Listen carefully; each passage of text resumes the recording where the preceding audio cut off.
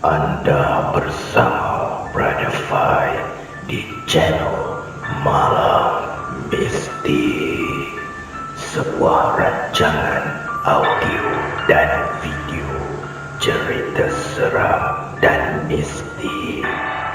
Semoga anda semua terhibur.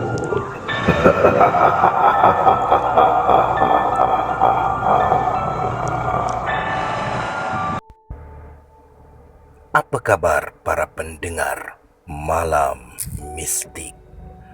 Pada malam ini, Brother Fai akan kongsikan kepada anda kisah yang datangnya daripada karya Nufa Inara. Kisah yang bertajuk Jalan Kubu. 30 Ogos 2018, 11 malam, dataran lapang Kampung Rotan.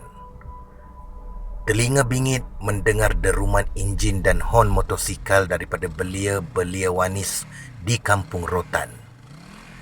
Hampir semua para belia itu mendaftar untuk mengikuti konvoi bermotor yang dianjurkan oleh Persatuan Belia Rotan sempena menyambut ambang kemerdekaan. Sambutan ambang kemerdekaan memang disambut setiap tahun di kampung itu dan ia sudah menjadi aktiviti wajib dalam kalender tahunan mereka. Ruhi, gadis lepasan SPM itu, baru pertama kali menyertai konvoi. Sebelum ni, dia hanya melihat saja daripada anjung rumah mereka apabila pasukan konvoi itu melalui perkarangan rumah pada detik 12:30 malam. Meriah. Hon yang dibunyikan sepanjang perjalanan, ada yang menyalakan mercun dan bunga api bagi meraihkan hari yang penuh bersejarah itu. Malahan, anak-anak muda juga melaungkan kemerdekaan dengan pembesar suara. Jelas kelihatan kemeriahannya. Dah ada partner tak? Tanya Sofia sambil menyiku Ruhi yang sedang duduk di atas bongkahan batu di tepi dataran lapang. Ruhi meneguk air botol sambil mengangguk. Siapa? Sofia kelihatan teruja. Biasalah, sesiapa yang join event last minute, memang last minute jugalah dapat partner untuk menunggang motosikal. Wan, jawab Ruhi lingkas. Mencerlung mata Sofia apabila mendengar nama itu. Wehey, seteru kau tu.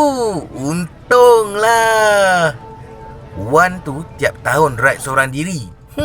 Memang kedekut gila nak tumpangkan orang. Apa mimpi pula dia nak bawa engkau ni? Tanya Sofia lagi. Ruhi menggeleng. Itu pun awang yang suggest. Kalau tak, ride seorang diri lagilah dia tu, kata Ruhi acuh tak acuh. Dia sebenarnya sebal dengan sikap Wan. Kerek gila. Pernah gaduh dengan Wan masa mereka tingkatan 3 sebab Wan tak kutip buku latihan dia. Percuma dia kena denda sebab hantar buku lambat. Alasan Wan masa tu cukup menyakitkan hatinya. Semenjak tu, dia mencipta jurang dengan Wan walaupun sampai tingkatan 5 masih sama kelas dengan Wan. Jomlah gerak. Sekejap lagi nak mula dah ni, kata Sofia sambil bangkit lalu menggamit lengan Ruhi. Ruhi mengangguk. Hati rasa tidak tenteram apabila terkenangkan akan menjadi pembonceng motor Wan. Dari jauh, kelihatan Wan dan Awang sedang menunggu. Sebentar nanti, selepas kiraan detik 12:30 malam, satu laungan kemerdekaan akan dilaungkan oleh ketua kampung. Sebelum melepaskan hampir 100 orang belia untuk konvoi hingga ke Kampung Pinang menuju ke Pekan Batu. Ada helmet tak? Tanya Wan kepada Ruhi apabila Ruhi hanya tercegat saja tanpa berbuat apa-apa, sedangkan Sofia tengah menyarung helmet di sebelahnya. Kan aku dah cakap tadi, aku tak bawa, jawab Ruhi. Lantak kau lah. Kalau terjadi apa-apa dengan kau nanti, Jangan nak salahkan aku, kata Wan lalu memulas handle. Exhaust motornya meraung bingit dan mengeluarkan asap. Terbatuk-batuk Ruhi dibuatnya. Ruhi cemberut. Wan memang sengaja nak sakitkan hati dia. Buat perangai tak sudah-sudah. Ruhi menghadiahkan jelengan maut apabila Wan mengeling nakal. Kalau tidak kerana terpaksa, memang taklah dia nak bonceng motor Wan. Alang-alang dah sampai sini, setelah bersusah payah meminta izin orang tuanya, dia terpaksa akur. Apa terjegat lagi? Naiklah! Dasar kura-kura, Wan membebel. Terjegil matanya apabila mendengar Wan menggelarkannya kura-kura. Teringat masa dia gaduh dengan Wan dulu. Wan lancang mengejeknya dengan gelaran kura-kura kerana dia sangat perlahan membuat keputusan. Dah kau tu apa? Babun! Balas Ruhi sambil naik ke belakang Wan, ke belakang motor Wan. Terbit sedikit senyuman di bibir Wan mendengar sindiran Ruhi. Kura-kura! Pegang kuat-kuat! Aku ni tak reti bawa motor slow. Jangan kau terpelanting sudah. Dah lah tak ada safety, ujar Wan lagi. Lalu motornya bergerak perlahan menuju ke arah barisan motor-motor yang sedang menghadap pentas utama. Babun memang macam tu. Tak reti nak sabar. Gelojoh. Ruhi tak nak mengaku kalah. Wan ketawa kecil. Yang sebenarnya, dia rindu nak bergaduh dengan Ruhi. Dulu, dia suka usik Ruhi. Dia suka tengok Ruhi marah dan cemberut. Tapi, semenjak Ruhi menjauhkan diri, dia tak berkesempatan nak berkomunikasi dengan Ruhi walaupun sama kelas. Namun dalam diam, dia suka perhatikan Ruhi, gadis kecil molek yang berlesung pipit dan bertahi lalat di bawah dagu tu. Monyok je muka? Kurang dingin lagi ke? Awang membesarkan suaranya supaya didengarkan oleh Wan kerana bunyi enjin motor sangat membingitkan telinga. Kura-kura tak bawa cengkerang. Perli Wan disusuli dengan ketawa terbahak-bahak. Ruhi naik gerak. Spontan tangannya menampar lengan Wan. Aduh, Wan mengerang. Namun hatinya bahagia diperlakukan sebegitu. Kalau kau cakap sebarang lagi, siap kau. Ruhi bernada keras. Awang dan Sofia ketawa berdekah. Aku dengar kita akan pakai laluan lain nanti. Tak pakai laluan biasa. Sebab Cip cakap laluan biasa tu jalan tak berapa elok. Masih tar, kata Awang. Jalan mana? Tanya Wan dan Ruhi hampir serentak.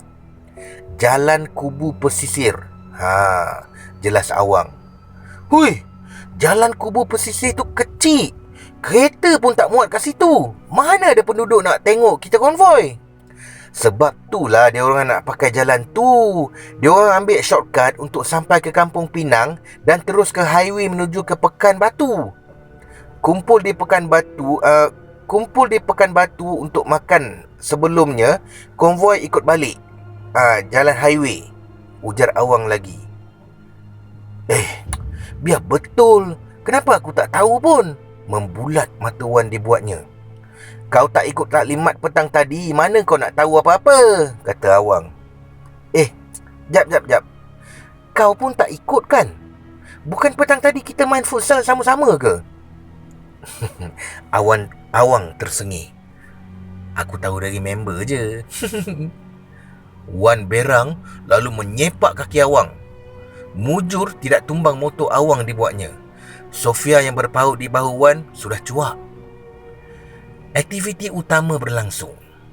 Selepas nyanyian lagu Negaraku, satu laungan kemerdekaan memenuhi dataran lapang.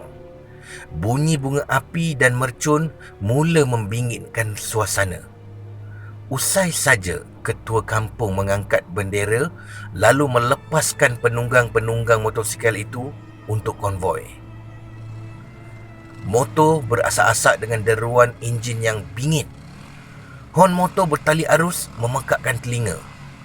"Sebab tu pakai helmet, supaya tak dengar bunyi bising," jerit Wan.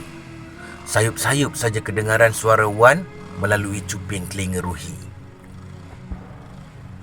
Apabila motor-motor lain mulai rapat, motor yang ditunggang Wan bergoyang sedikit. Perkara tu menyebabkan Ruhi terpaksa memaut baju jaket di pinggang Wan. Berpaut di hujung tempat duduk belakang menyebabkan tubuhnya tidak seimbang. Wan memperlahankan motor. Sengaja tidak mahu berasak. Dia mahu menikmati angin malam itu bersama Ruhi. Awang dan Sofia dah tak tahu ke mana. Motor terlalu banyak. Mereka telah terpisah. Sampai di simpang jalan kubu pesisir, Wan menunggang motor semakin perlahan. Beberapa buah motor kelihatan masuk ke simpang kubu dan ada yang menggunakan jalan kampung yang masih tar. "Macam tak ramai je pakai jalan ni," kata Ruhi sambil mendekatkan mulutnya ke telinga Wan. "Mungkin ada yang pakai dua-dua jalan kot," kata Wan pula. "Kenapa tak ikut jalan tar?" Tak nak aku. Rem motor aku ni baru ganti tau. Sayang. Dah lah jalan tu berlopak, berbatu. Hei, jauh pula tu. Tak nak aku, bebel Wan.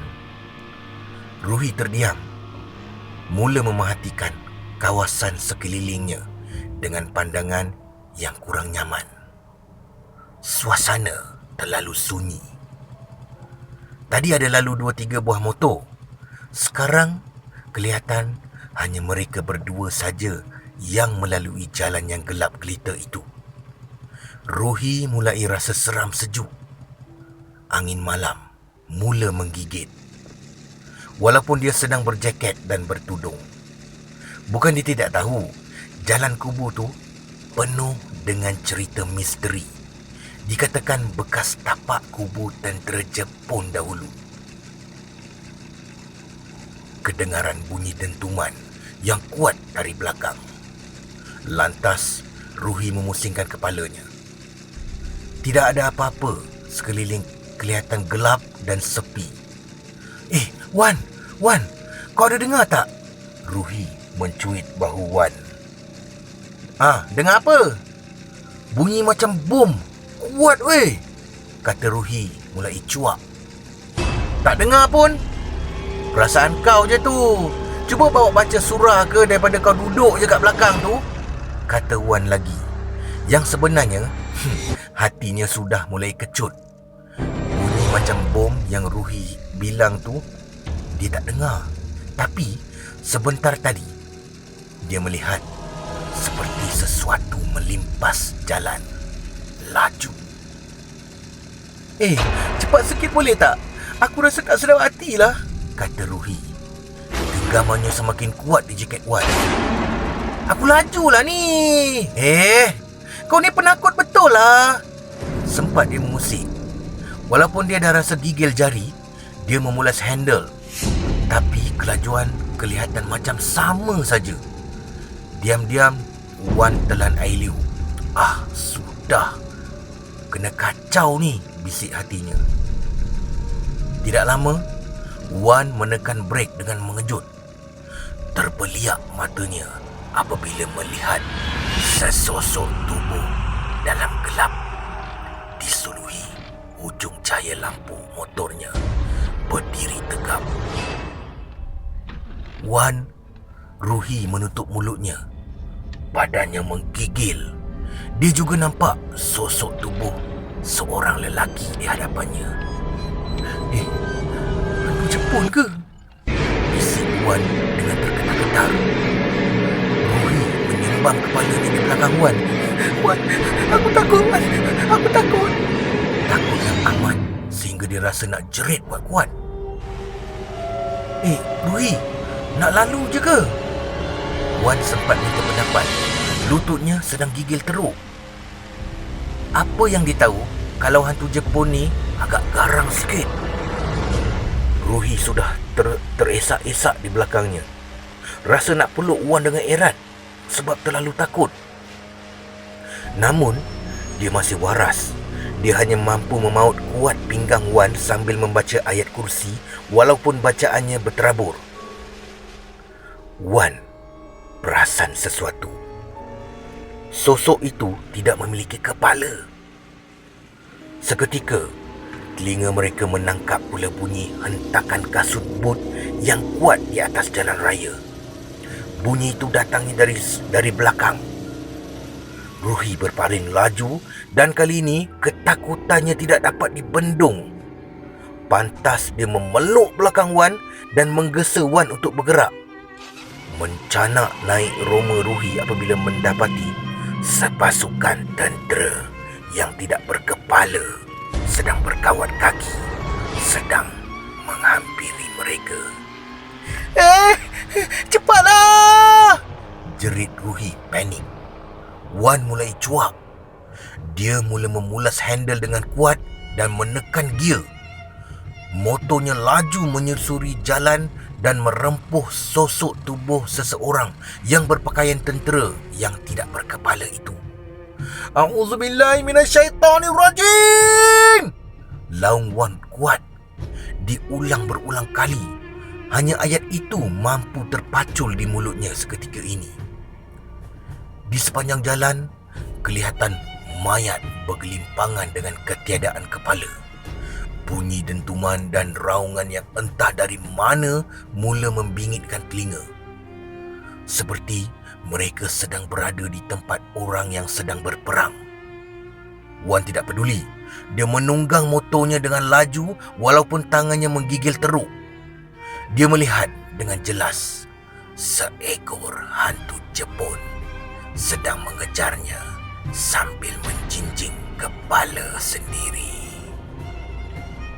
Hampir ke simpang untuk ke Kampung Pinang, seekor hantu tidak berkepala sedang menghalakan senapang tepat ke arah mereka. Ruhi sudah menangis teresak-esak, membayangkan bahawa mereka akan mati pada malam tu.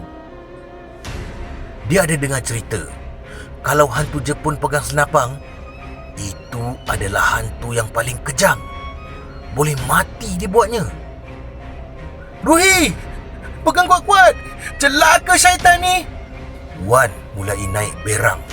Entah kenapa ketakutan tiba-tiba saja membaluti hati. Allah Maha Kuasa, makhluk tiada kuasa. Mereka semakin dekat dengan hantu tersebut. Namun, nasib tidak menyebelahi. Hantu tersebut betul-betul menekan picu senapang dan terdengar bunyi das tembakan, lalu menghantam kepala motosikal Wan. Wan hilang pertimbangan.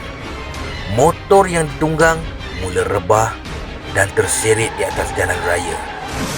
Ruhi tidak sempat menjerit.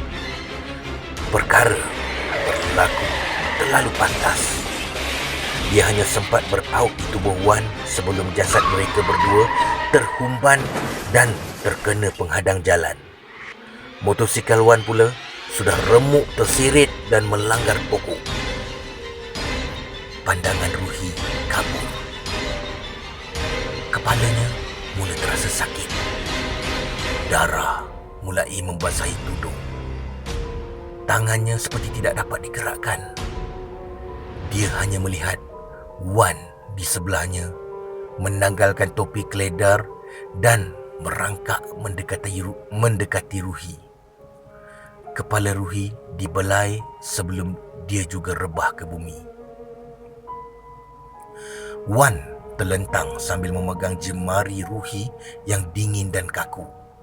Matanya terkebil-kebil melihat bintang yang bertaburan di atas langit sebelum pandangannya mulai diganggu oleh beberapa ekor hantu dengan wajah yang buruk dan menakutkan sedang meratap wajahnya. Telinga berdesing sebelum Wan pengsan, tidak sedarkan diri. Perlahan, Ruhi membuka matanya yang berat. Pandangannya kabur. Dikejipkan perlahan-lahan supaya imej di hadapannya mulai nampak jelas. Apabila dia yakin yang dia benar-benar sedar, dia menoleh sebelah. Kelihatan Wan sedang bermain handphone dengan sebelah tangannya. Sebelah tangannya lagi sedang dibalut. Alhamdulillah, bangun dah. Lama kau tidur hari ni. Pagi tadi kau dah sedar dah, tapi tidur lagi, kata Wan lalu meletakkan handphone di atas katil. Ruhi perlahan-lahan bangkit. Kaki dan tangannya terasa perit. Sebelah tangannya juga sedang berbalut dan disimin. Kau patah sebelah kiri, aku patah sebelah kanan, kata Wan. Ruhi hanya menelan air liur. Pahit dan terasa kering. Laju Wan menyerahkan segelas air putih kepada Ruhi. Air itu diteguk laju, membasahi dan menyejuk dalaman Ruhi. Pukul berapa sekarang? Tanya Ruhi apabila melihat wad itu kelihatan sepi. Sebilangan saja doktor dan jururawat masih terjaga. Pukul 2 pagi. Sekarang kita masih di ICU Zone C. Katil tak cukup dekat wad biasa tu. Jadi berkampung di sinilah kita sementara dimasukkan ke wad lain esok, kata Wan. Ibu bapa aku mana? Tanya Ruhi. Ada, tapi aku suruh balik. Kesian orang tua tunggu lama. Bukannya ada tempat rehat kat sini. Jangan risaulah, aku kan ada, kata Wan sambil tersengih. Ruhi mencebik sambil memegang balutan di kepalanya. Jangan risau, luka sikit je. Kulit kepala kau tu koyak sikit. Ada 6 jahitan kalau tak silap. Ruhi hanya mendiamkan diri. Dia belik pula luka-luka di tangannya. Lain kali kalau nak ikut ride, pakai helmet. Mujur tak cedera teruk, kata Wan sambil memperlahankan suaranya. Aku fikir kau bekalkan aku helmet sekali masa aku cakap aku tak bawa helmet malam tu. Tak sangka pula kau betul-betul tak bawa, celah Ruhi. Oh, rupanya kau mengharap aku bawa lah ya. Manalah aku tahu. Kalau aku tahu, aku bawa kau helmet Hello Kitty adik aku yang kat rumah tu, kata Wan. Ruhi hanya menjeling. Teringat pula kejadian semalam. Hei, seriklah aku nak ikut konvoi lepas ni. Lagi-lagi dengan kau. Mendapatlah sebab kau degil. Sayang rim konon. Mana rim yang kau sayang sangat tu? Dah jadi besi buruk ke? Mengekik gelap Wan mendengar kata-kata Ruhi. Dia suka melihat respon Ruhi seperti itu. Kita ni antara yang terpilih tau. Malam tu dapat tengok hantu Jepun yang real di depan mata. Aku dengar hantu Jepun keluar masa 31 Ogos je. Itu pun kalau beruntung dapatlah tengok. Tapi hantu last tu paling rare. Bawa senapang. Teruja bunyi nada Wan bercerita. Kau ni betul ke tidak? Takkan wayar kepala kau putus kot lepas aksiden semalam. Orang lain takut kau teruja jumpa hantu-hantu tu. Macamlah aku tak tahu. Getar juga kaki kau malam tu, sindir Ruhi. Wan ketawa kecil. Tidak mahu mengganggu pesakit lain yang sedang lena di buai mimpi. Tapi kan, mujur Awang dan Sofia patah balik cari kita berdua malam tu. Hei, kalau tak, aku tak tahulah nasib kita. Mungkin dah jadi daging barbecue hantu-hantu tu malam Merdeka. Wan ketawa geli hati. Dah, pergi balik tempat kau. Makin sewel otak kau tu. Esok check up balik dengan doktor. Aku risau kepala kau tu putus wayar hijau, kata Ruhi lalu perlahan-lahan merebahkan tubuh. Wan akur. Lalu merebahkan tubuhnya di katil sebelah Ruhi. Dia melihat Ruhi sedang berusaha memejamkan mata. Ruhi, panggil Wan perlahan, separuh berbisik. Tidurlah Ikhwan Rashid, aku ngantuk dah ni, balas Ruhi acuh tak acuh sambil memejamkan mata. Lepas keluar Wan, kita kawan baik, okey? Aku nak belanja kau makan McDonald kat Pekan Batu. Naik kereta bapa akulah, sebab aku baru je dapat lesen. Kau kan suka makan McD, kata Wan lagi. Tengoklah kalau aku free, balas Ruhi acuh tak acuh. Suara Wan tidak kedengaran lagi. Ruhi masih berusaha untuk memejamkan mata. Sesekali imbasan. Pengalaman menakutkan semalam bermain di ruang mata membuatkan bulu roma Ruhi meremang sendiri. Ruhi. Kedengaran lagi suara Wan memanggil. Ruhi tidak memberi respon. Ruhilah. Jangan buka mata tau. Kakak jururawat kepala sending sedang berdiri sebelah katil kau. Suara Wan kedengaran berbisik. Ruhi cemberut. Dia tahu Wan tentu saja bergurau. Namun, kenapa bulu romanya mengembang tidak semena-mena? Janganlah usik, kata Ruhi dengan geram, walaupun hatinya sudah bergetar ketakutan. Wan senyap, merenung terus ke arah sosok tubuh jururawat itu dengan pandangan yang tajam. Kepala sending meleleh jatuh ke bahu dengan tulang leher yang tersembul keluar dengan mengenakan baju putih lusuh dan rambut berserabai itu tidak menggetarkan hati Wan semenjak dia membuka mata daripada kemalangan semalam. Matanya sering melihat kelibat yang pelik. Hal itu hanya didiamkan sehingga dia berkomunikasi dengan seseorang. Usai menunaikan solat asar petang tadi, hijab kau telah terbuka. Tutur seorang lelaki berjubah putih lalu hilang dari celahan dinding bangunan. Sekian daripada karya Nufa Inara. Terima kasih Brother Fai. Terima kasih kepada anda yang mendengar kisah ini. Peace.